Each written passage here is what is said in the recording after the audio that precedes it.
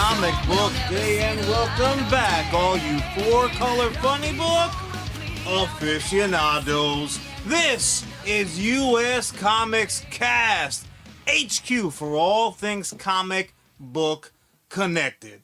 We are John and Charlie Rivera, co-founders of US Comics. Charlie, happy Thanksgiving Eve, and also as well as happy Comic Book Day. Shouldn't we be at a bar getting really drunk and trying to convince out-of-town girl? Okay, fair enough. Happy Comic Book Day and happy Thanksgiving Eve to you and to everyone listening and watching today. As always, we are brought to you by Bad Mary Band and Sergeant Finesse Gaming. If you haven't done so already, please hit that comment section like it's a chinless, goofy Canadian douche that's dating your sweet-bottomed ex-girlfriend.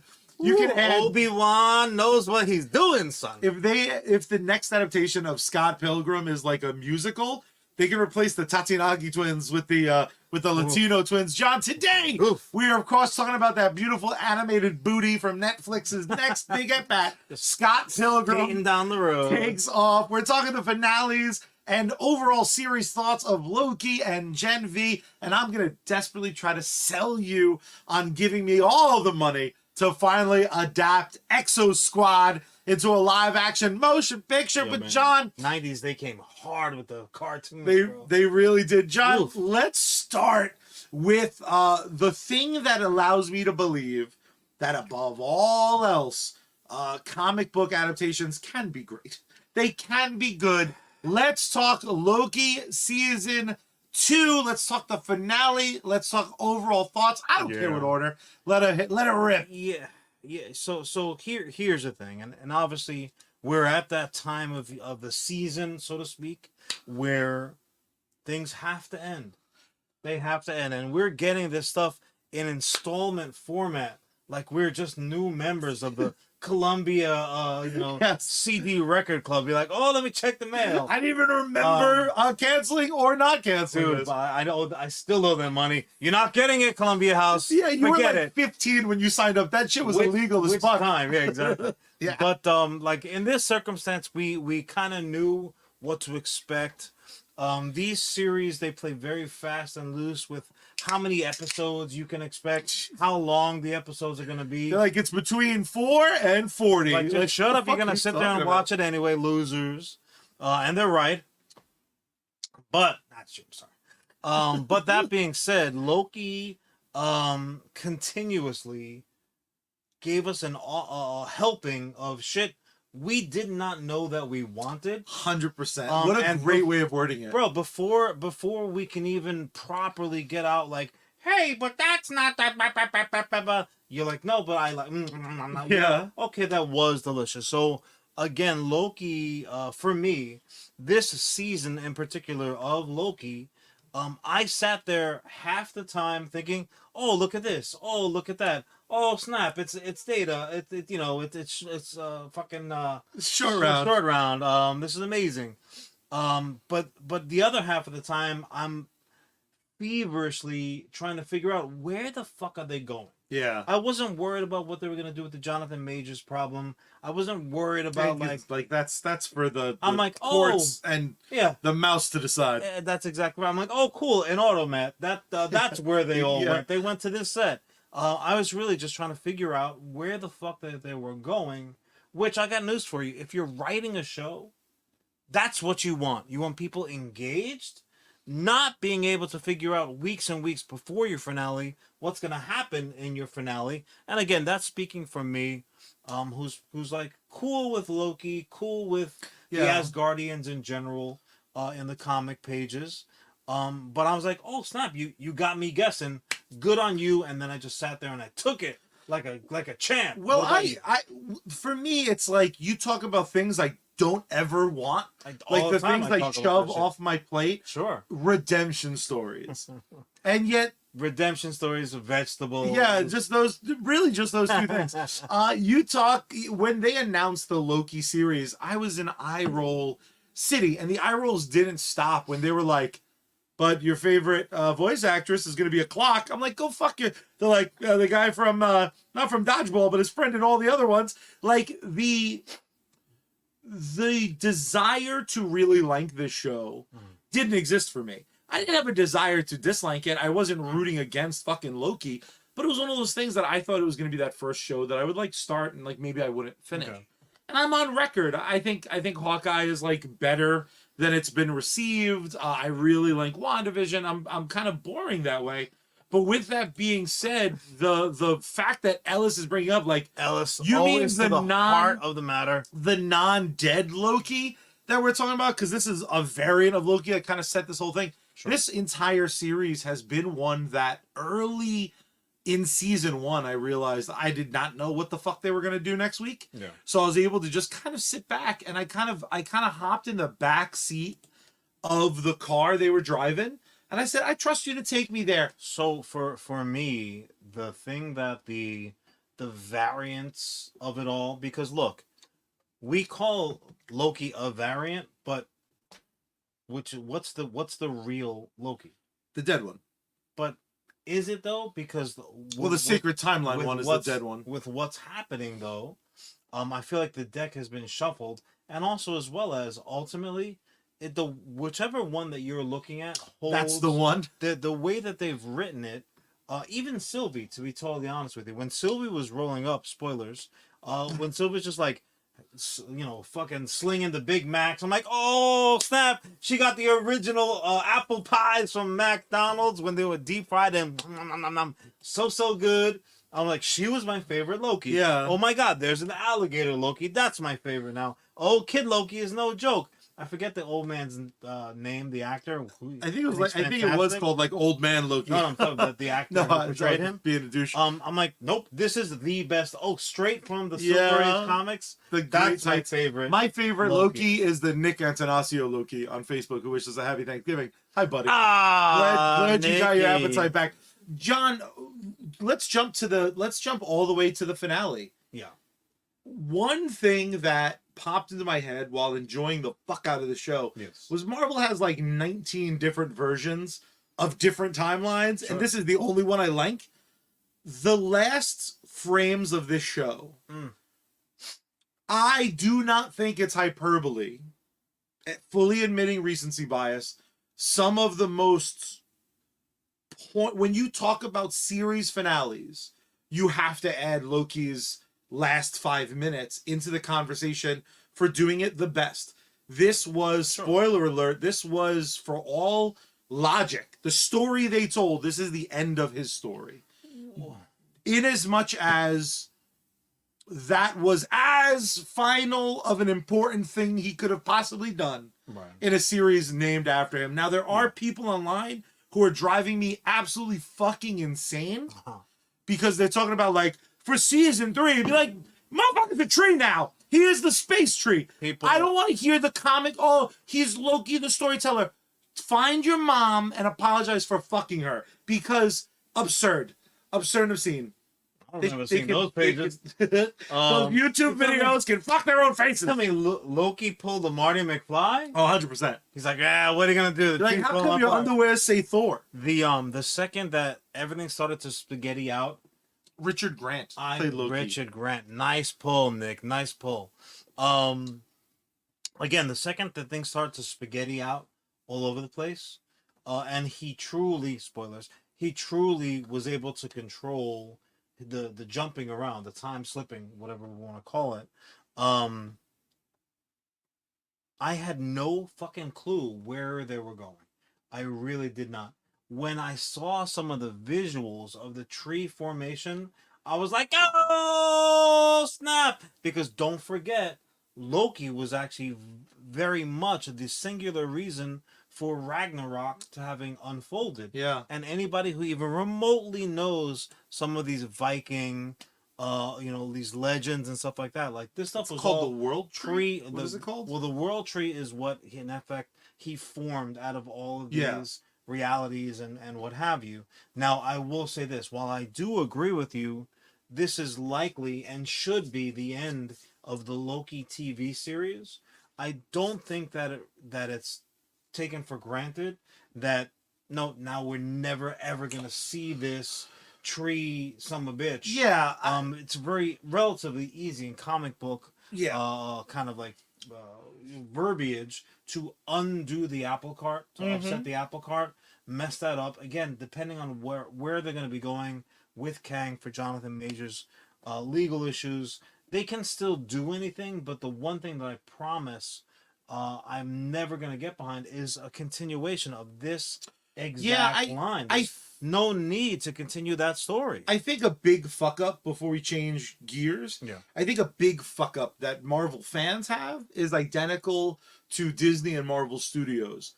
They sometimes hold on so tightly to the one that kind of came to the game, the one that was kind of presented to us. Some people were talking about Loki being like team captain of the good guys for Secret War, and I'm like, in a world where you can have infinity Lokis, even with the Sacred Tree or the World Tree, whatever the fuck they're calling it, because apparently I'm citing children's books according to Ellis. Charlie is a big self-esteem fan. The fact of the matter is, if we have the ability, it's been my argument about Iron Man, if you have the ability to like give someone else a bite at the apple, maybe this fucking guy does not want to play Loki for a little bit.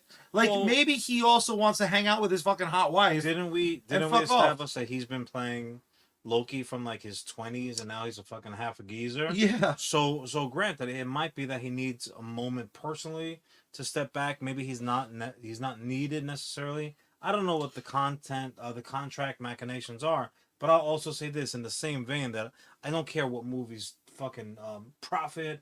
I don't care what legal fucking wranglings are going on behind the scenes. I don't care. So I mean, if he's gonna be doing more work, by all means, this version of Loki is probably to me the most interesting because the mischievous the inconveniencer of the fucking MCU. There's only so many times that he's gonna disappear, and there's only so many times. I'm switch really sides. I'm really jealous. I'm kind of dead, but I'm not really. I just feel like if you have more shit to do, the most interesting thing he's done. If you have more shit to do with Loki, Sylvie's turn. Let's get her for a decade. I mean, unless there's apple pies involved, I'm not sure how much I agree with that. But that sexist ass statement being said, my quick final thought, because we do want to cover a little ground.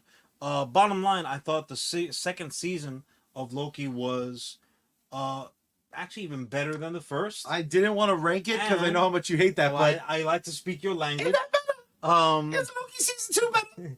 He holding a tree now. Ain't that better? But also as well as a fantastic finale. Like when you have a good season that has somewhat of a wet fart of a finale, even if it's I guessed it. Good for you, Dick. But I had to sit and watch it, and you guessed a shitty answer. It was not what I expected. I absolutely really loved the way that it was handled, the way that it went, and it made me feel like, oh well, me sitting through that series, that season of this series was not a waste of time, which is really all you can ask for. A streaming service you already pay for. Yeah, feel is the most important word there. It made you feel things. Nice. Oh, yeah. Other than Sylvie, God willing. She's a mother. God bless. Share those flaps, bro. Kid could share. Move over. I'm not that allergic to milk. My final thought on the subject overall, really simply, is Loki season 2 is proof that there is no such thing as superhero burnout. It's exclusively the story you're telling. Because Loki season 2, the most interesting shit they've put out on television, and Marvel's the least interesting movie they've made. Not their worst, but their least happening. That shit that mattered to me took place in, other than that booty, happened concurrently, basically. Like within 7 days of each other, I was from my most interested to my least interested. And I think that speaks to, it's the story you tell more than the vague genre you're in. Another genre-defying superhero show, in my opinion. A show that I'm on record, I thought it was going to be the dumbest piece of shit of all time. A spin-off of The Boys? I already got the cartoon that I only half liked, if I'm being totally honest. I didn't dislike it, but it wasn't like that changed the fucking world. Gen V felt to me like Young Avengers. It felt to me like Junior X-Men. Who the fuck wants to see a bunch of like kids with powers in a school? You are a sidekick loving son of a bitch. Oh, so how was it lost on me that it was basically fucking X-Men college? From episode 1, I was fully enthralled. It only got better when people were like, by the way, that's Arnold Schwarzenegger's kid. I'm like, get the fuck out of Dodge. Everything, every decision Gen V made, up to including their final fucking scene, I think was excellent. The difference between something like Gen V and Loki, to me, Gen V, while still being very interesting and at times very complex, I think it paints with a much broader, like, paintbrush. It's much broader strokes, easier to kind of indulge in the violence or the sexuality of it all. Yeah, so to me, the DNA of the boys was most apparent in the way that it was gross, like graphic. Right? Yeah, that's the word I'm gonna use. It was graphic, and it gave the fan the fan service of like, oh, you like the boys, you like giant fucking Honey I Shrunk the Kid sized penises. Well, we got a lot of more for you. So there was all of that boys in it. I've heard some people go so far as to say, oh, this is even better than the boys. Immediately cut to that fucking that gif. Bullshit. Bullshit. Not enough tights in it for me to rank them evenly. The junior members of a particular group or whatever the fuck will never be more interesting. I don't think I'm gonna put this challenge out there. Show me one junior member, one sidekick of a fill in the blank that's more interesting, more engaging. Charlie, me. Don't sequel. Don't disprove the fact before anybody even tries. Fair enough. I don't think that there's ever been. Yeah. Just by the sheer nature of the relationship. So you're not excited for Young Avengers, is what you're saying? John, every now and then, behind the scenes, you and I have epic fights. We had an argument over this topic because of people like Ellis saying we just talked about it 2 weeks ago. We're talking about the series wrap up now. We took weeks off. You son of a bitch. I will burn down your house. I will bring a turducken and I will air fry that bitch in your living room. You son of a bitch. I will end you. But the Gen 5 Roman numerals joke still fucking. Yeah, no, that's still good. As long as it happens within the year, the proper calendar year. I agree with you totally. But the finale, yeah, just so that we don't want to blow up Ellis's head here, the finale in particular, and this is probably the best compliment that I can give it. Again, because of the universe in which it lives, fuck yeah, man, I'm all about it. The way that the finale kind of drove home all the elements, and the reason why the boys works so well is because they use analog characters that represent characters that we're already familiar with, in order to make a larger point of, instead of just like, isn't that so cool? It's a guy dressed up like a bat. That's cool, right? No, they'll use an analog like that, or a Captain America analog, or a fucking Human Torch analog, or whatever, to tell a story that you cannot tell with those other toys because you don't own them. Yeah. So they make up their own, which is fine. When they came up with these in particular ones, my thought was, okay, why are you using these characters? Like, what's the story that ultimately you're trying to pitch to me? And it had better be fucking connected to the original story that got me engaged originally. And it does. It did. It tied in beautifully. Some of the it got me all titillated for now the next season of The Boys, which was its fucking job. And also, it did its job. It completely plays as a 0.5 season to me.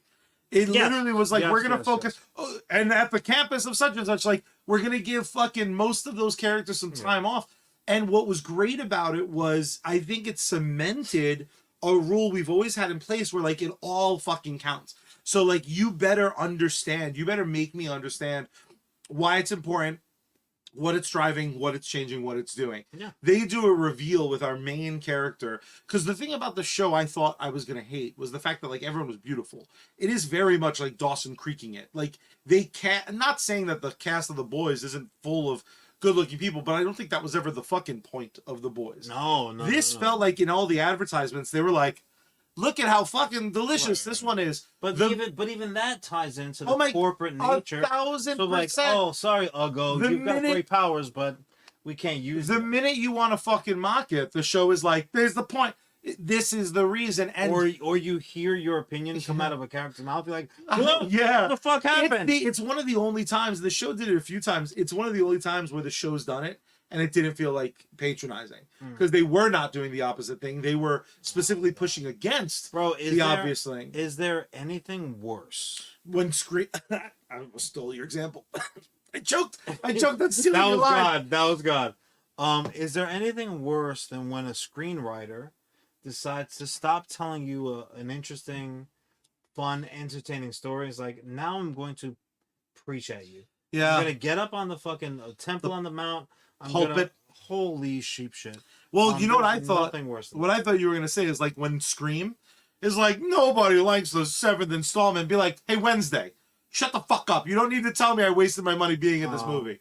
Which, by the way, fucking I know, the one time I fucking stopped myself. He's allowed to have that one. The fucking, that movie franchise is losing its mind. Like, the two main characters they've been driving the series towards are both like, we're not in the next one. One got fucking fired because of Twitter, and the other one is Wednesday. So she's like, eat a dick. I'm going to cash this Netflix check. But John, the thing about Gen V, a good call. Yeah, probably. The thing about Gen V that took me the most aback, to kind of say it for the 4th time in a different way, every fucking decision was clearly reverse engineered. Yes. And the brilliance of the boys further pushes home. It's not, if you're watching the right shit, you'll never be tired of superhero shenanigans, because it's a vehicle to, like you said, you use a Human Torch type character to tell something a story that you can't tell with Human Torch about a topic that maybe you don't want to. I think no one, of the two of us, you're way quicker to call a movie or a TV show out for when that pandering is exclusively being like, everyone should like brothers that are spics. Like, that is the shit that you are so quick to roll your fucking eyes out. Yeah. This show talks about eating disorders, self-harm. It talks about the difference between racism, sexism, molestation, and maybe Joker stream. What's up, buddy? Joker! Not only has some of the best puppet action. Dude, there was some heavy puppet on human, puppet on puppet. Ooh, man, they got some felt tinglings going. There is, to my knowledge, there was only one thing that induced a slight eye roll for you with the show, and it was a wardrobe decision. Blood powers? It was, well, but fucking no, but blood powers, awesome. Man. For me, it was for my understanding, it was the wardrobe choice. But if they did one silly little wardrobe thing to drive the point home, and that's also not to say that relatively adolescent kids don't do goofy shit. Sometimes they'll turn the entire bedroom into the fucking roped off area of KB toys, right? Yeah. Oh wait, yeah, my bad. Yeah, no, like I said, that could have been a character, more subtle, a character choice. But you know what though? You know what? I can still make it.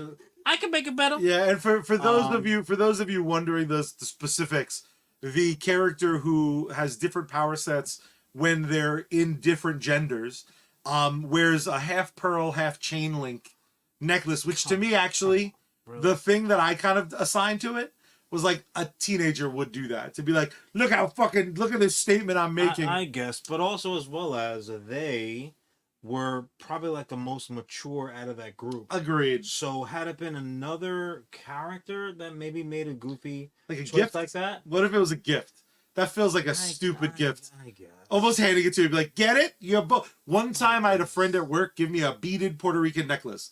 Do I see him like the beaded Puerto Rican necklace type of Charlie? Didn't you give me a beaded Puerto Rican necklace? No, right. So my final thought on Gen V is very similar to my final thought on Loki. Honestly, John, the big thing for me is that they return my high regard to superhero shit. Sure. Immediately refilled. Because now, again, looking at even the landscape, we have another season of The Boys coming up. We're right now in the middle of the first half of the next season of Invincible. There is so much. There is so much in the genre that's not only fucking good, it's great. We are still living in my opinion, we're still living in the golden age 100% of adaptation when it comes to this comic book stuff. My final thought, yes, sir. And then we'll move on. Anyone, and I agree with you. I think that as you Gen should have, V, very smart. rarely, but Gen V / the boys is probably doing the best job of disproving that, like, oh, the genre is tired or whatever the case might be, because just because you have bad entries, so are there bad westerns? Yeah, of course there are. Most of them, and a lot of them are very expensive, and they're some of them kill people. You know, shit happens. Some of them are made by the guy from Ted. Some of them are, and that one's better than Charlie would have you think. But that all being said, that's not the genre is not about the genre, right? You don't go to a western for them to teach you like how the West was created and fucking with the gold rushes. No, that becomes a very specific flick. So none of these comic book movies, quote unquote, and shows are about why comic books exist, or that's called a documentary. They're just utilizing those tools to tell you an interesting story. Where the drop off is when greedy corporate fucking nonsense kitchens with too many chefs run around, and their recipe that they're looking for is just how do we make more money. That's what's tired. That's whose time has hopefully come. Shocker, because obviously we know now that shit don't work. You're not going to get them to fucking flock to the theaters or to their TV screens just because something exists anymore. We've seen it. We're familiar with it. You had better tell some entertaining, fucking good stories, also as well as with good-looking people. Otherwise, I'm not going to be there. I just won't be there. And again, Gen V disproved it perfectly. And now's the time where I think punching out makes the most sense, because there is an alternative.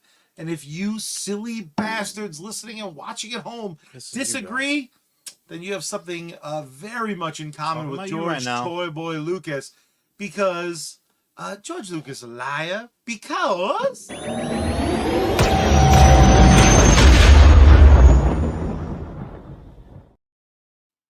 Han shot first, baby. Clink, clink. Knock it back.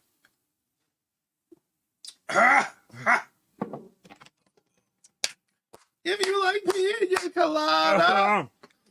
That was a tall pour. Yeah. And you poured him this time. Oh. That's called Yofel. A little diabetes coming at you. Which was that? The vanilla. Extract? It could be. Woo! That was a good one. Oh, man. Delicious. But also as well as, Charlie, there's some... Talking about going back to the well, kid. Going back to the well. Let me ask you something, Charlie, because I know that you're a big fan. You are a big fan. How many iterations of Scott fucking Pilgrim have you not just have you just fucking like just fawned and fainted over? So how many have there been at this point? I was handed the Brian O'Malley comics while they were still kind of coming out. Sure. Good friend Dwayne. And I went, I love this. Really? And then they were like, how about a live action movie starring a bunch of good looking people and one guy that's never had a chin? And I said, fuck yeah. And when I tell you the movie by Edgar Wrong. Yeah, I'm saying I was so fucking obsessed with Scott Pilgrim. Scott Pilgrim was one of those movies I distinctly remember seeing it in an empty fucking theater with one friend. Yeah. And just being like, run it back. We immediately like bought more tickets and went back into it once again, watch that shit alone. I used to do that a lot. Like the fucking double feature one flick. Yeah. Instantly fell in love with it. Then years later they released an Xbox game that's old school, like fucking like just a beat 'em up side scroller. Fucking insane. They wound up delisting that years later. I got it again on the Switch. Man, and then Netflix. Charlie's money. Netflix was like, Charlie, you're sad a lot, right? And I was like, I am. They're like, what if everyone comes back and we do a cartoon adaptation now? And I fucking finished in my pants. I have to say that, oh man, Ellis is looking to catch a Thanksgiving beatdown from this boy. I do have to say, I was legitimately surprised for the new Netflix animated series, or anime properly, I guess, to have gotten the entire voice cast, right? Apparently they're still all like, and this they have a thread. I almost have, like, hope a this isn't working true, thread. because if they're still all just like lovey-dovey buddies, Well, I like that. That's almost too fucking cute. It definitely happens, and if there's gonna be a group of cats and kittens that do something like that in Hollywood, this would be them. How diverse! This would be them. If you're, I'm not even gonna. I almost named one of the performers. If you're even the fucking lead of the film, if you're the titular character, fucking Scott Pilgrim himself, fucking Mr. Arrested Development, when your phone goes off, you're like, nah, that's funny, Brie. And then Captain America's just like, man, fucking getting another terrible tattoo. How fucking great must it be to be alive? Evans, just stop it, bro. Stop it. Like, you got some Chris Evans heat. How much more attention do you need, bro? Relax yourself. Whatever. But that all being said, that's the show. Whatever. But that being said, dude, like, the fact that this is like a company now at this stage, I will say this. I hadn't read the graphic novel prior to seeing the movie. My first introduction to Edgar Wright being like, hey, enjoy the greatest shit ever. You know how I'm awesome? This is how I'm awesome. But to me, it was, speaking of a video game. Yeah. Right? It wasn't about anime. It wasn't about comic books. Yeah, their love language was 8-bit. They were like, you like video games? Here you go, and here's a heaping fucking helping. And all the other iterations that shortly followed and preceded. Yeah. I still got that same vibe. I'm like, fucking, yeah. The 8-bit, the revolution is on. Let's do it. Can I ask you? Hold on. This was the first time that I'm like, oh shit, wait, no, it's also an anime. It's also a manga. It's not, fucking video game first. Yeah. So truly, for me, this was, and we'll go into the other differences, because there were fucking Fuck yeah, there were. Hope you cats did your homework. We're going deep. The first fucking time I'm like, oh shit, wait a second. Oh, this is different though. But what's funny enough is, had it been the same, I still would have been there for it. That's how much, when you like source material, you're there for every iteration. Well, and I'm not sure that that's always true. I don't know if that's everyone. That might just be you. That might be like a thing that like a bunch of the people around us, or smarts, That's what I like to call them.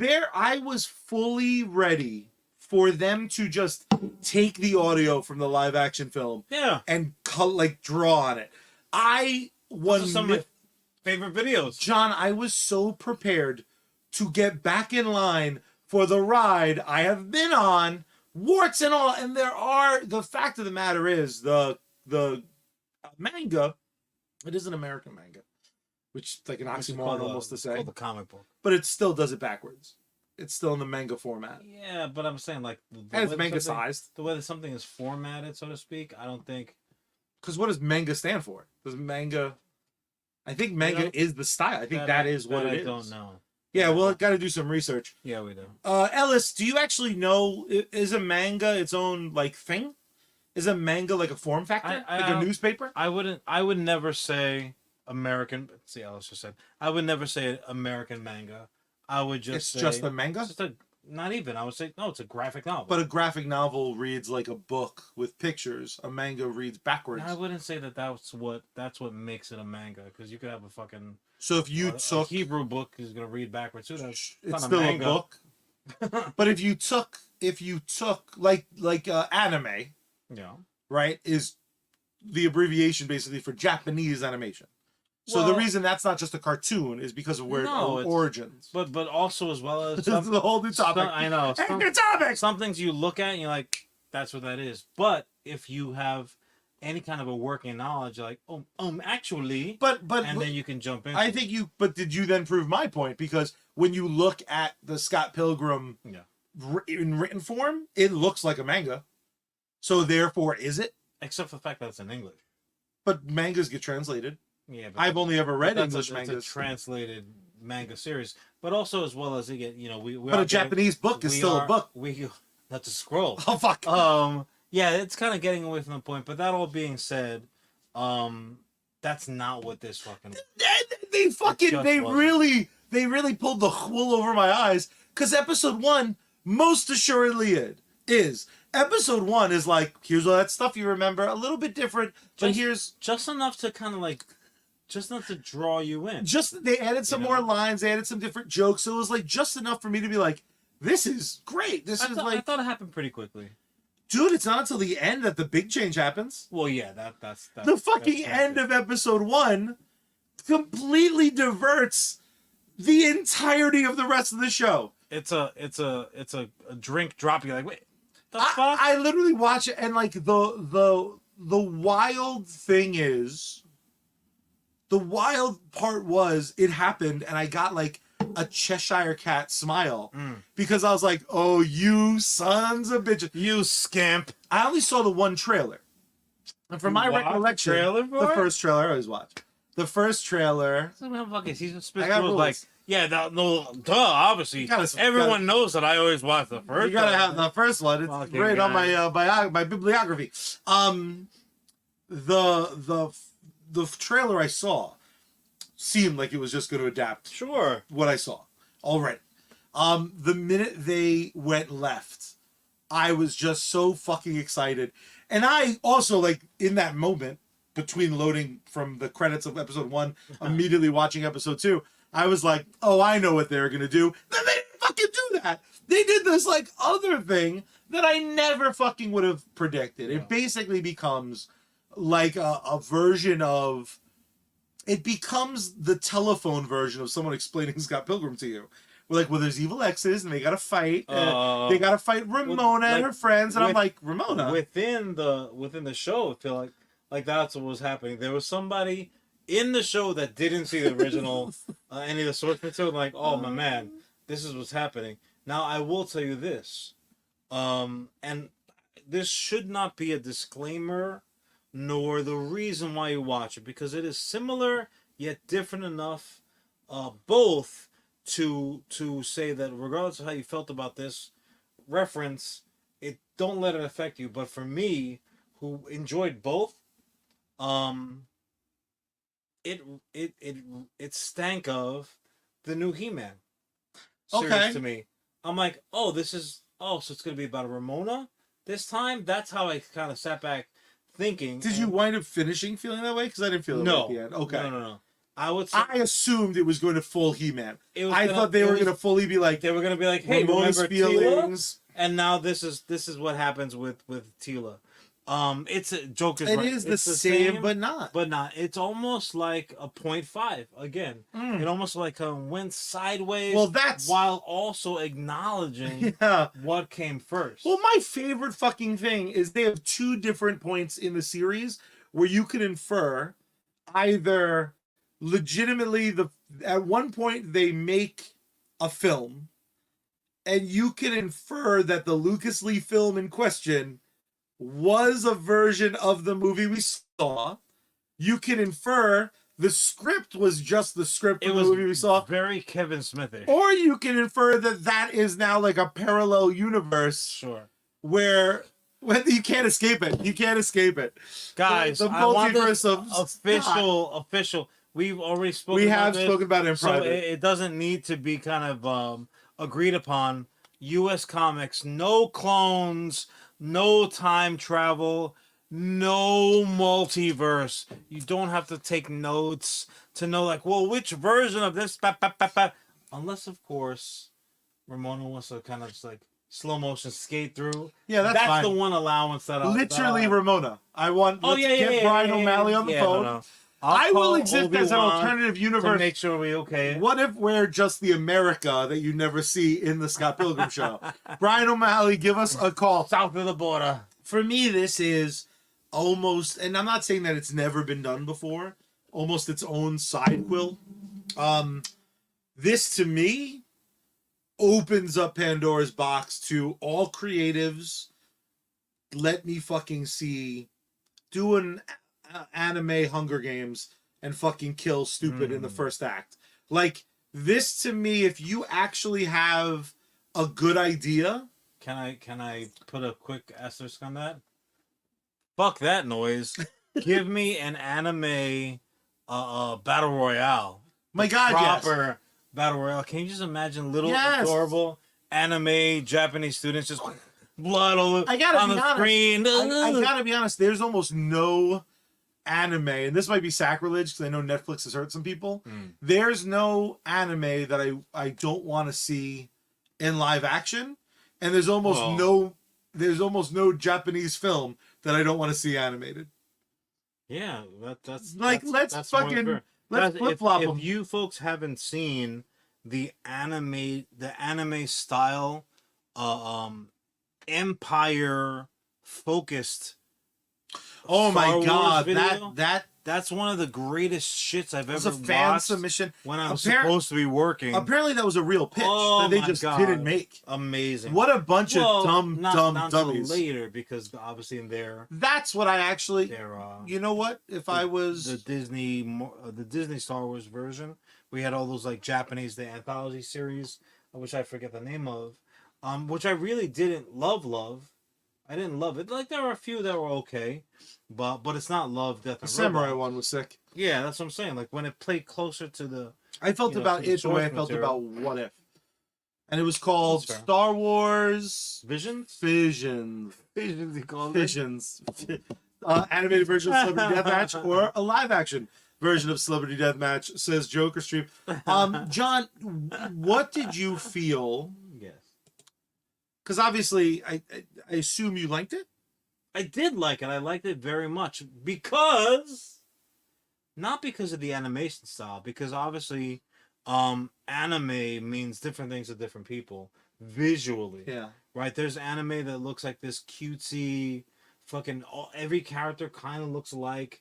There is the more sophisticated version like Attack on Titan or fucking Death Note or what case.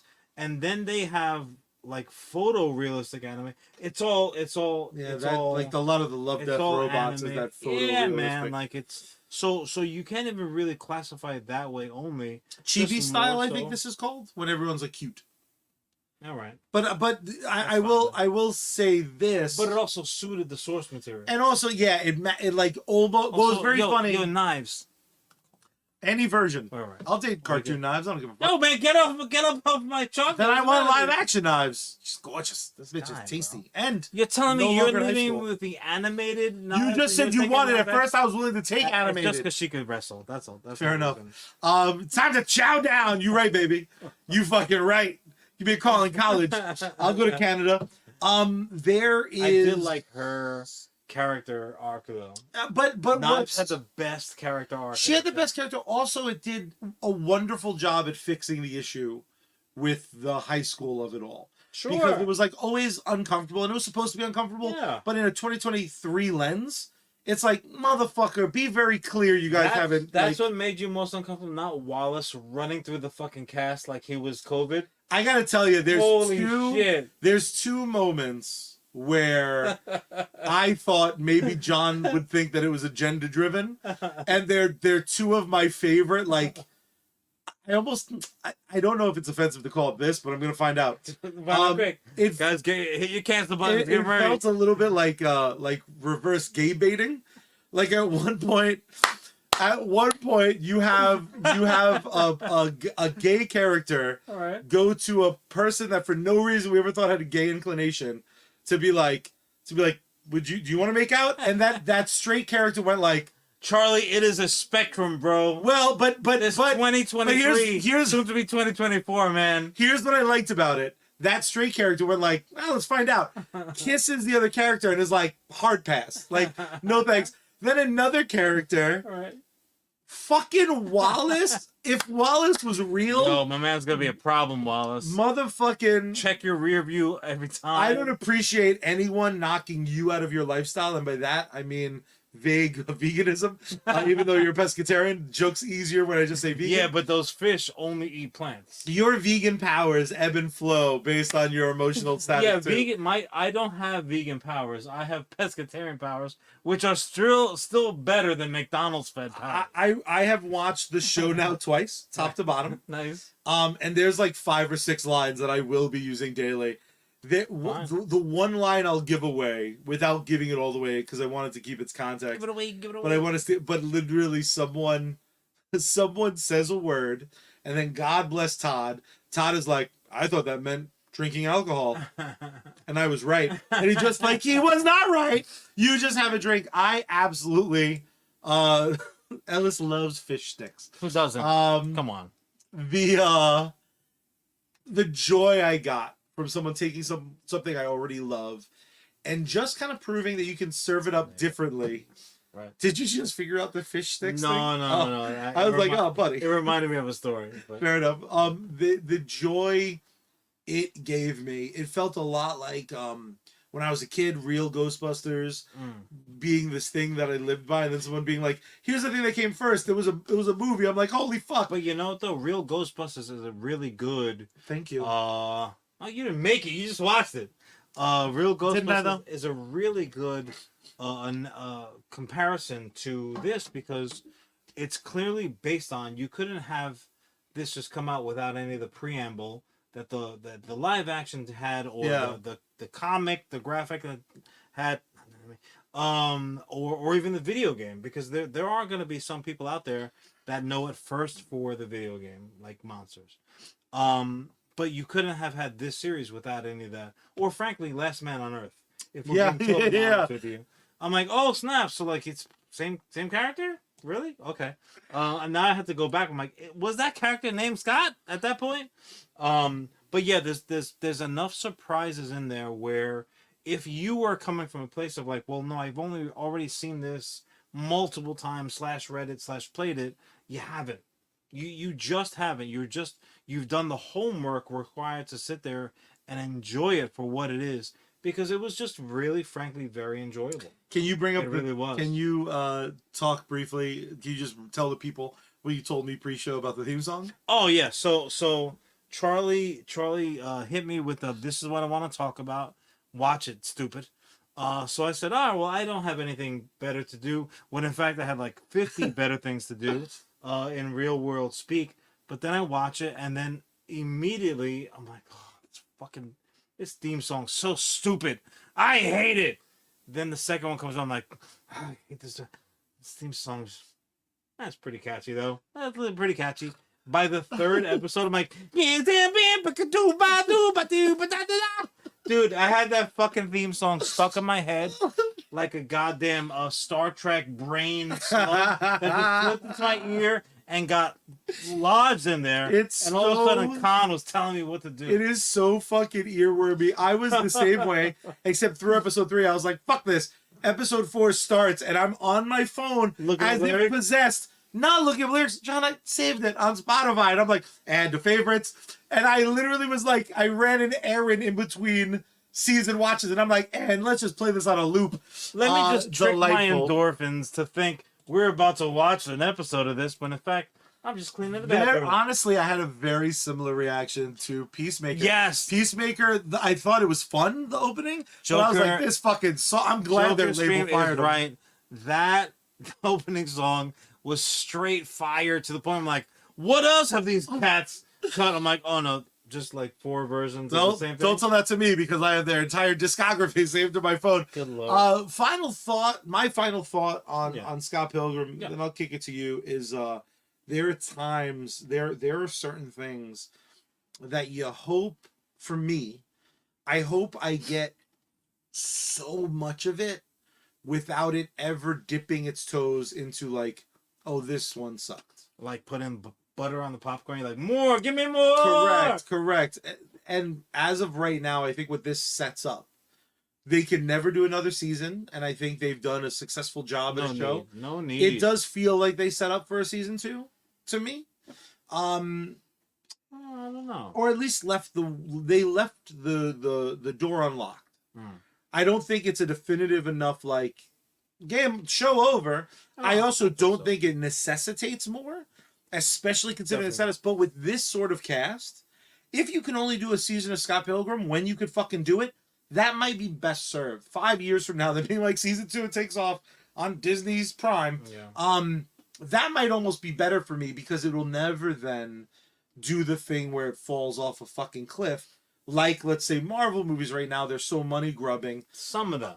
True. Let's not paint. Of course, I just mean as a generality, what's really great right now is I have like this sacred cow thing where it's like, oh, any version I could really enjoy at any time, and they're all gonna kind of mean a lot to me. And the morality tale is very, very obvious, but the like story behind it is kind of great and nuanced differently. I hate to fucking throw myself this under the bus, but the video game is the way that they adapted the story for the video game has moments where you're like, oh fuck, like this is teaching me a little bit how to be a better me. Sure. And it's a fucking pixelated nonsense game. Yeah.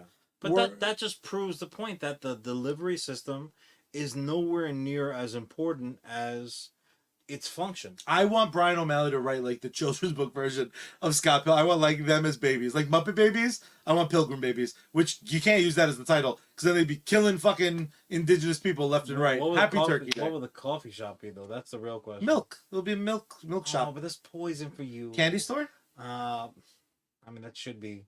That's also what I call Ramona. What up, candy store? What are your final thoughts, man? Obi-Wan, please be God gentle bless. with him.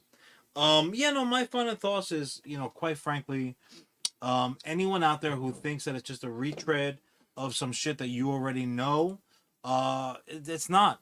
It's fresh, it's new, and also as well as, without giving too much further away, it shines, even if it's only a brief spotlight, all of your major characters that stuck out. If you could name the character, they have a moment to shine. Sometimes a full fucking episode to shine.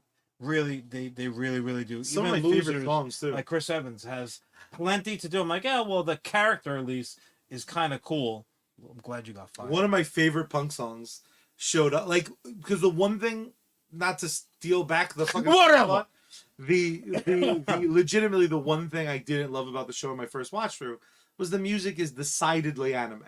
Like they leaned in heavy, the theme song at least, but a lot of Sex Bomb songs were like folky, folky, was very Americana, I guess, but not music that I normally listen to a lot on my own. But that's always been Sex Bomb's problem. Yeah. Video game and live action, they're kind of like Garbage Truck is a dope song, not something that out of context I'm gonna bump a lot to.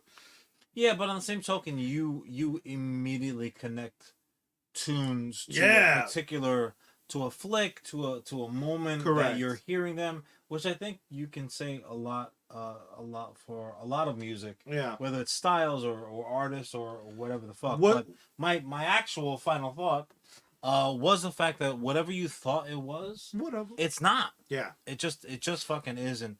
It's something new, just using regurgitated pieces, which allows them to move forward very quickly, because if you have to introduce everything prior and all these characters and their relationships, they are able to yada yada a lot. Where they're like, the fuck we're talking about. But on the same token, like, it ends up not mattering so much. So if you hadn't done all the homework, you can still fucking watch and enjoy the hell out of it. Yeah. Even if you're only playing that game, like, that fucking sounds like, oh shit, it actually is. Yeah. So just really, really enjoyable, and it came along at the right time. It goes. It's quick. Just entertaining as fuck. And for me, it is one of those shows you can kind of pop on anytime as background. You doing laundry? Totally. Throw on fuck, because any scene kind of works in its own bubble. But speaking of bubbles, ours are expensive. The monkey? As fuck, yes, Bubbles the monkey. Very pricey monkey. So let's pay some bills. And the good news for these beautiful people is we're not fucking bullshit chills just selling out for any brand that's willing to pay, mainly because most don't offer.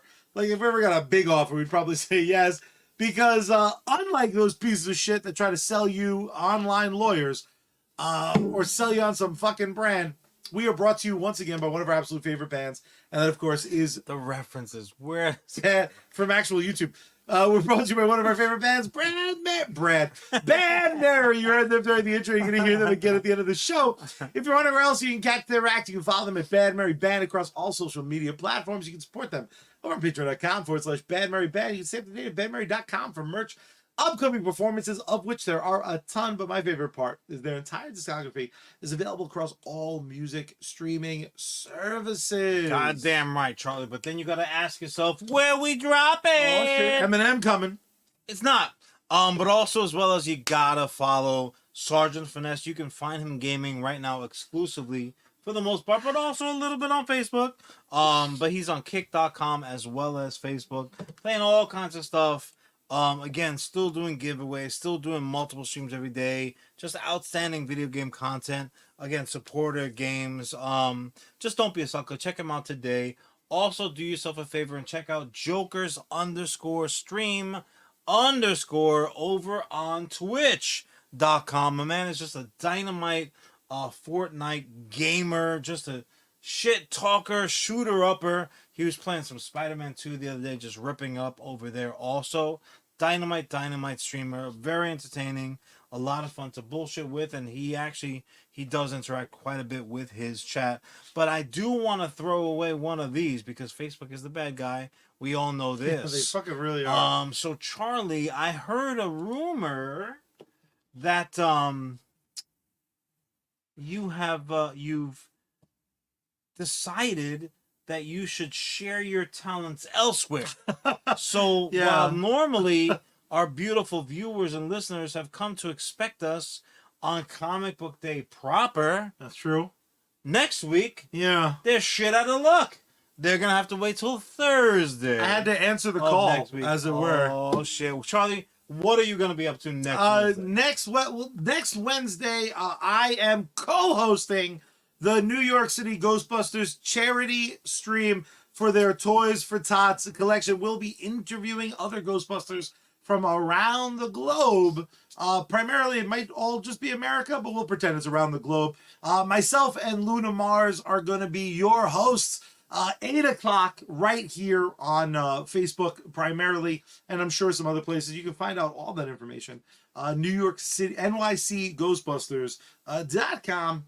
Or on Facebook, The Bad Guy. Speaking of Facebook, The Bad Guy now, only if you're watching this, through Saturday, I'm giving away a Proton Pack. I'm giving away a PKE meter. I'm giving away a Ghost Trap. Every single HasLab item can be yours. Very simple. You DM me on Facebook, because Long Island Ghostbusters got taken off of Facebook, because we're too fucking awesome. Or Instagram, LI Ghostbusters on Instagram, or Charles G. Rivera on Facebook. You message me. $10, I'm going to send you a random patch. We got a ton of amazing ones. Matt Cardona and Chelsea Green allowed us to make ghostly versions of them. That patch is going out. We got the Muncher patch. We got the classic Long Island patch. We got a ton of different options. Hulk Hogan patch. Some designed by the wonderful Ellis here. That giveaway, $10 patch entered into the giveaway. That's a steal, guys. You could win very, very... hard to come by of those Proton Packs. You can probably get them for anywhere between $600 to $1,500 on eBay. The wands go anywhere from $100 to $300. The trap and the PKE are part of HasLab's current brand new. They won't be out till next year. So if you win, I send you the Proton Pack, the wand. I send those out right away, and then a year from now, Hasbro will directly send you. It is available worldwide for those of you that catch the replay. I'm super fucking excited. We will be here Thursday of next week, where I will be like halfway to Burnt Out City, because I got a lot of charity stuff before that. But guys, I'll carry the show. I mean, you always do. I don't want to be the one to say it. With all of that being said, John, can you do me a quick favor? Hit that button for me.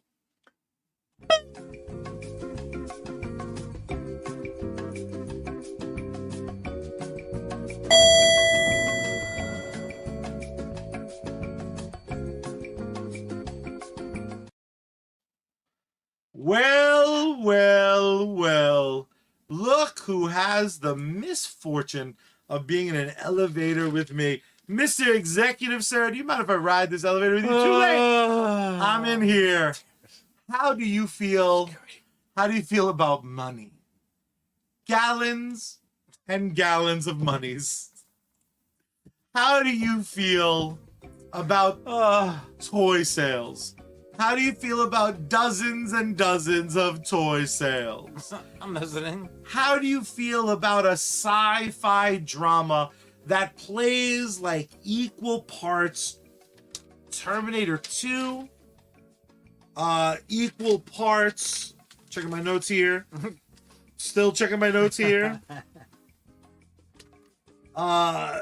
Star Wars, equal parts RoboCop and equal parts Saving Private Ryan. Are those words money-making words to you? They're definitely words. They're definitely words. Sir, I present to you that we should make EXO-Squad the motherfucking movie, bro. EXO goddamn Squad. For those unfamiliar, Alan's already willing to buy all the toys. Yeah, it's just like, take my money. EXO-Squad was a 1992 cartoon that defied every standard rule of cartoons at the time. It was 52. It ran for 2 seasons, 52 episodes. It was one giant long fucking story. Yeah. Super, super action packed. Dealt with things like, but not limited to, concentration camps, slavery, war, death. This like episode 1. So it's a comedy? It was a comedy. Oh, nice. Laugh a minute. So hijinks. So John, I just want to paint you a couple broad strokes, right? Because I don't want to go too long-winded. I heard last week there was a kid in this elevator that just wouldn't fucking stop yapping. Whatever, he got his money though. He did get his money though. I heard you guys paid out the nose for it.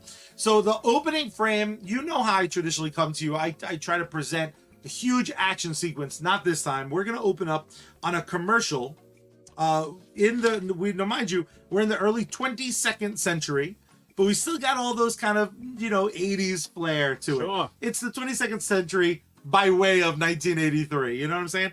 So we open up on a very corny commercial for industrial E-frames. E-frames are helping terraform Mars. After a super successful terraformation of Venus is now completely habitable. We have giant cities on Venus. We're now working on Mars. And John, the only way to do that is with E-frames, because E-frames, when you need to get a leg up on the competition, and it shows a leg going to like step down this big fucking robot, but I want to go to the future just to punch together both that commercial. It's caught by a blue hand that has 2 thumbs and just 2 fingers. So it's 2 thumbs, 2 fingers. Stands to reason. Catches the E-frame foot, showing that it's as strong as an E-frame. And it pans back. Also available, neo-sapians, now available in small colonies.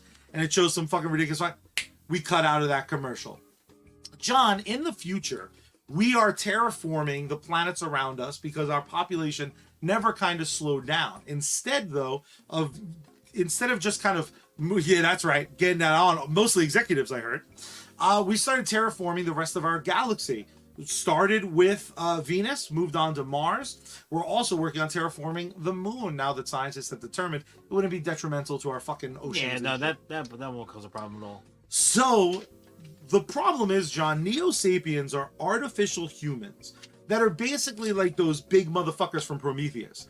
They're anywhere from 7 to 9 feet tall, blue-skinned aliens who are super strong.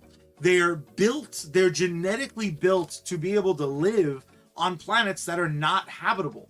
They do most of the heavy lifting for terraforming these planets. I've seen Ancient Aliens. Along with a series of these E-frames. These E-frames, again, if you've seen fucking Aliens, that's that big yellow shit is basically an E-frame. The only difference is it's a complete closed cockpit, has a big glass fucking front window because we want to see our actors. Hint, hint. But E-frames are also used as the foundational base of exo armor.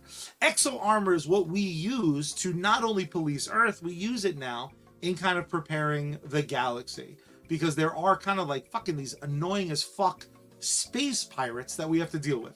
We're going to see news briefs about them periodically, but also very importantly, the pirate kind of like king, fucking one day he was having his shenanigans, so the entire E-frame exo force wound up going in pursuit of these fucking pirates. And that's when the neo-sapien uprising occurred. They went from fucking slaves to masters. And in the short time, this was such a concentrated effort from this species that we created, right? These humanoid, not aliens, but there's these fucking humanoids that we genetically altered that can't procreate on their own. Like, we genetically designed them. They fucking feel so little, but they do feel. Nature finds a way. They did fucking want to not be goddamn slaves, though.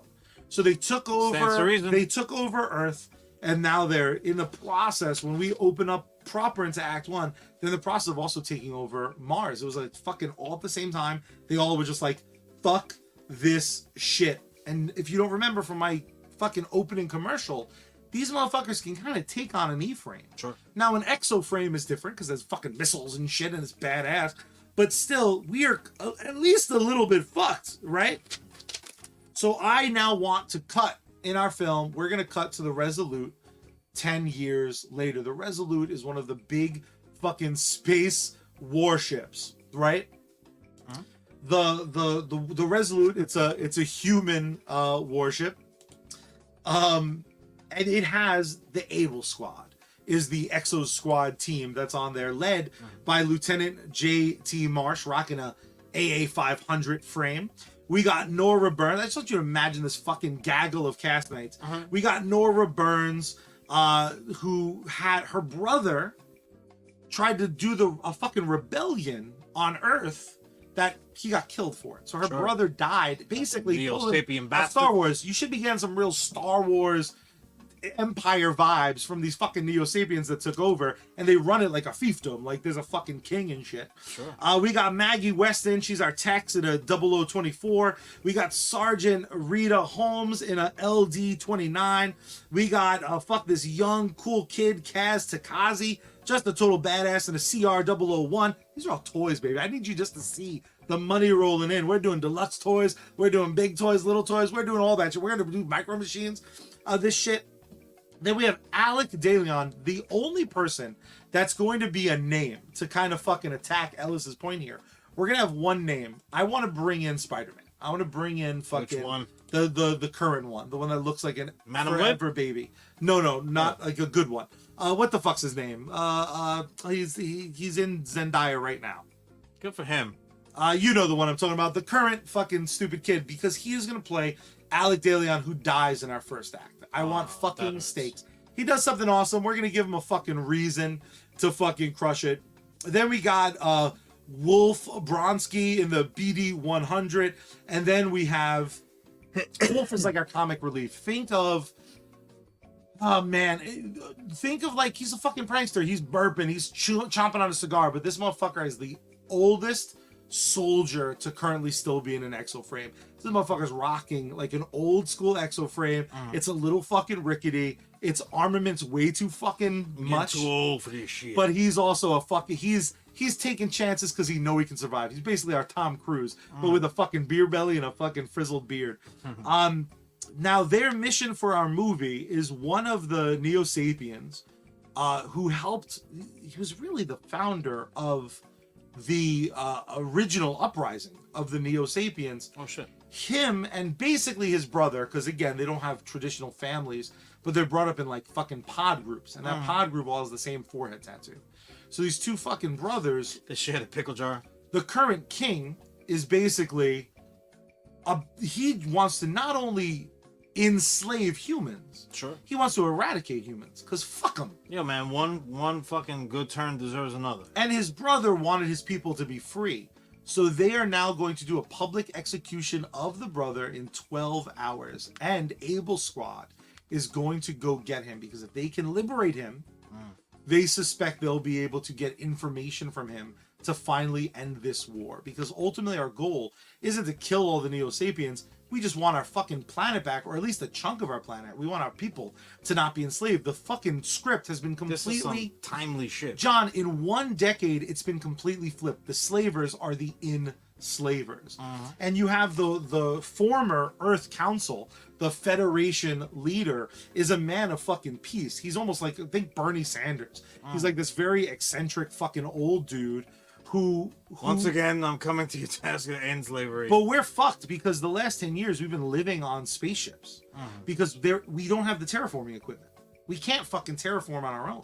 We want a little fucking piece of either Earth or something just to be able to develop the ability again to terraform other planets. We'll go where there's no hostility. In fact, we're willing to fucking help protect from the pirates. Now, here's the thing. Because of the pirate issue. The pirates are human, or? Pirates are humans. Okay. The neo-sapiens had to fucking also build their own fucking weapons to fight off the fucking pirates. Problem is, pirates are scumbags, so they don't fight fucking with any honor. If nothing else, the humans have some fucking sense of honor. We were enslaving pieces of shit, but we're not fucking, you know, you look. But we're gentlemen about it. We're gentlemen about it.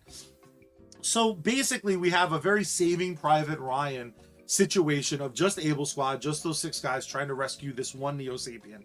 And that's where we're going to touch upon fucking racism, because the whole team's not going to be fucking down with saving this guy. Some of them want, specifically our boy Wolf, who's by and large comedy relief. The minute that we kill little fucking Spider-Man off, who sacrifices himself to save the fucking Resolute itself, okay, when he dies, that's the fucking flip switch. We go from this character having a good fucking time, he just wants revenge. And JT Marsh fucking knows that's not a way to win.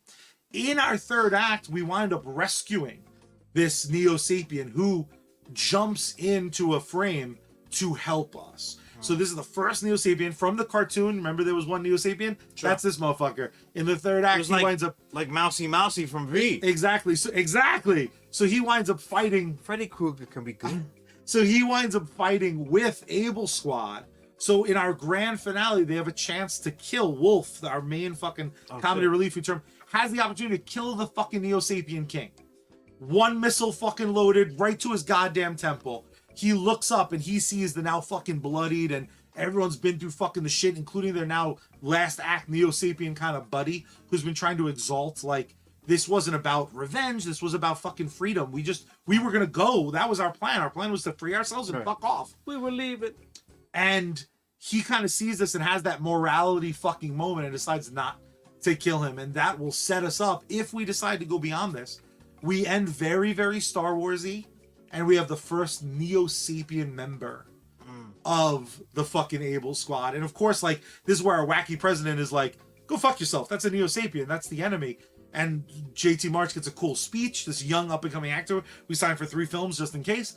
He has this great speech about, like, very Jimmy Carter-esque at times. But not 100. But not 100.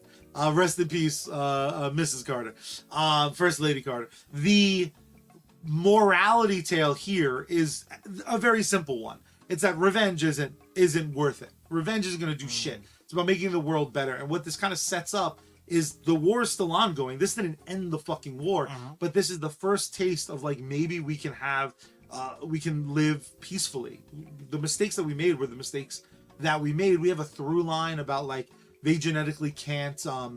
One thing that's explained by our neo-sapien good guy is that because they can't procreate, they don't feel like there's a wider world. Like, they're only really worried about their own little groups, their own survival. It's a very, very, immediate satisfaction to them. And that's kind of where we can get a little bit political without going too over the top. But it ends with an award ceremony. The first fucking 9-foot-tall neo-sapien getting basically on a knee to fucking accept this award, and the kind of thing we tee up if we want to go sequel route.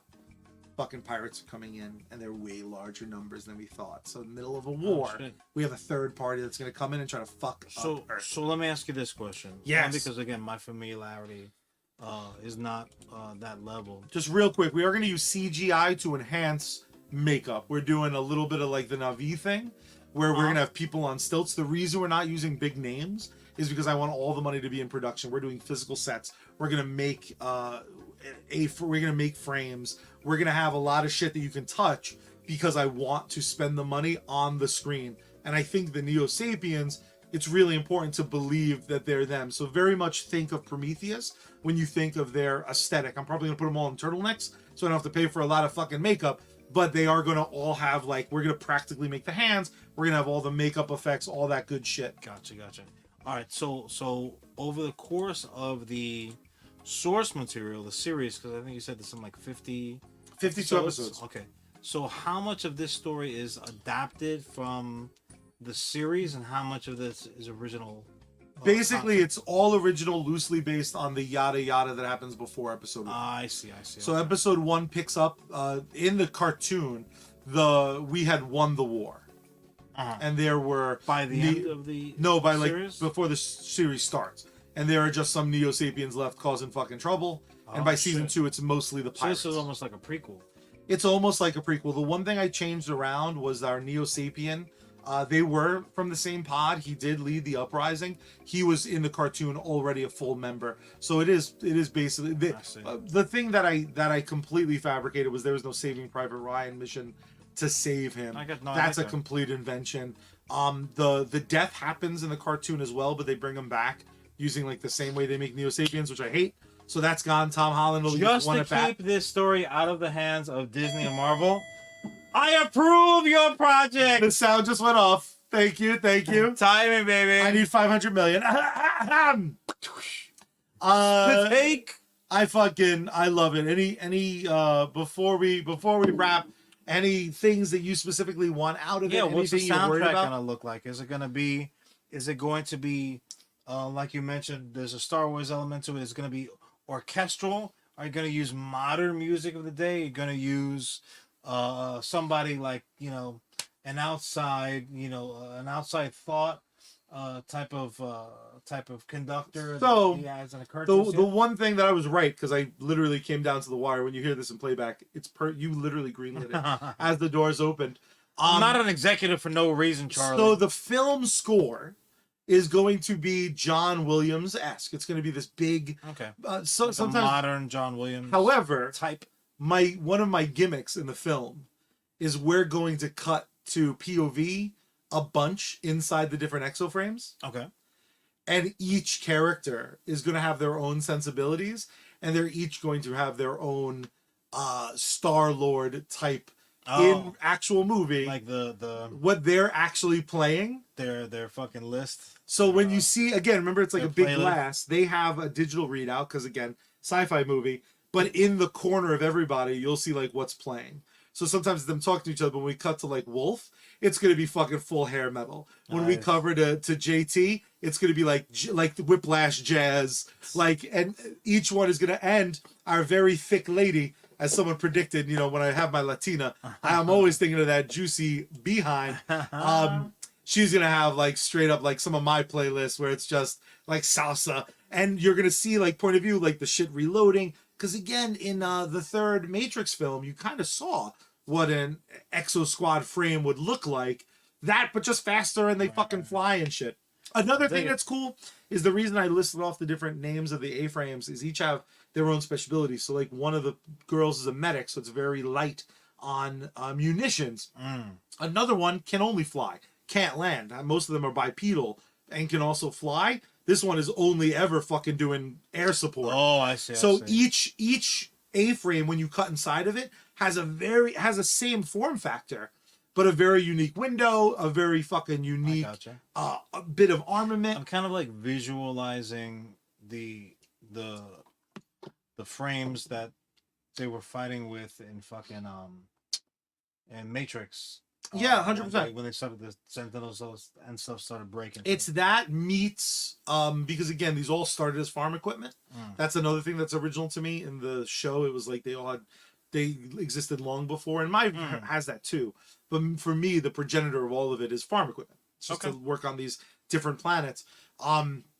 It's a little bit of the Matrix, and it's a little bit of the Netflix show we just mentioned it earlier in the show, the animated Love, Death, and Love, Robots. Death, Robots. Do you remember the farm? I do. The farm yes. So one thing that we're gonna have a lot of fun with in design is again to match their personalities. I don't want to go stereotypical, but like your JT's suit is going to always be like freshly painted, nice and clean. He's almost rocking like Tony Stark.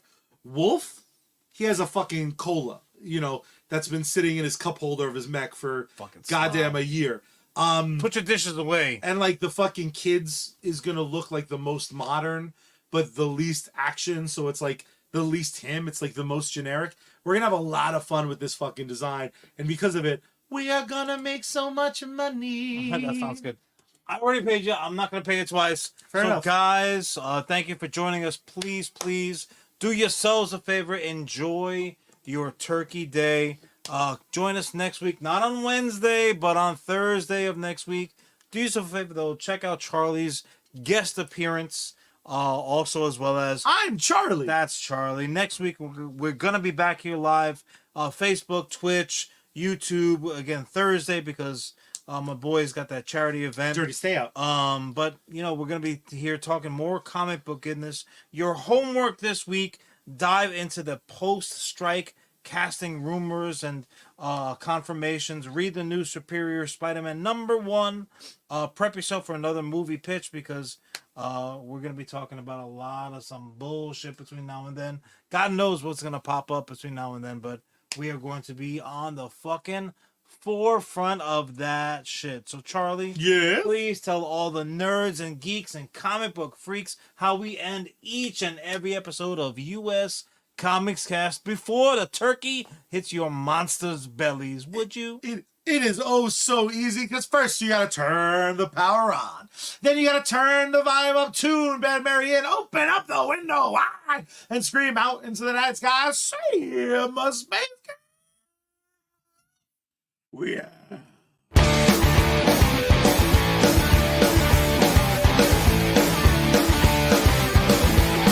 Do you remember when we had that time?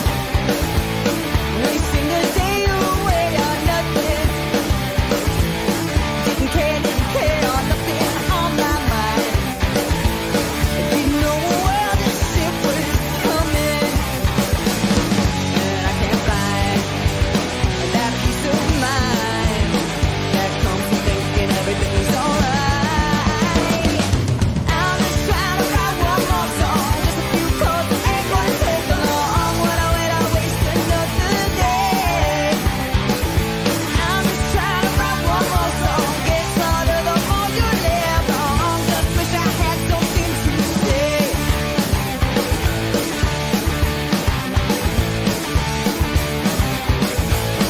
And all the proud kids were just hating on me.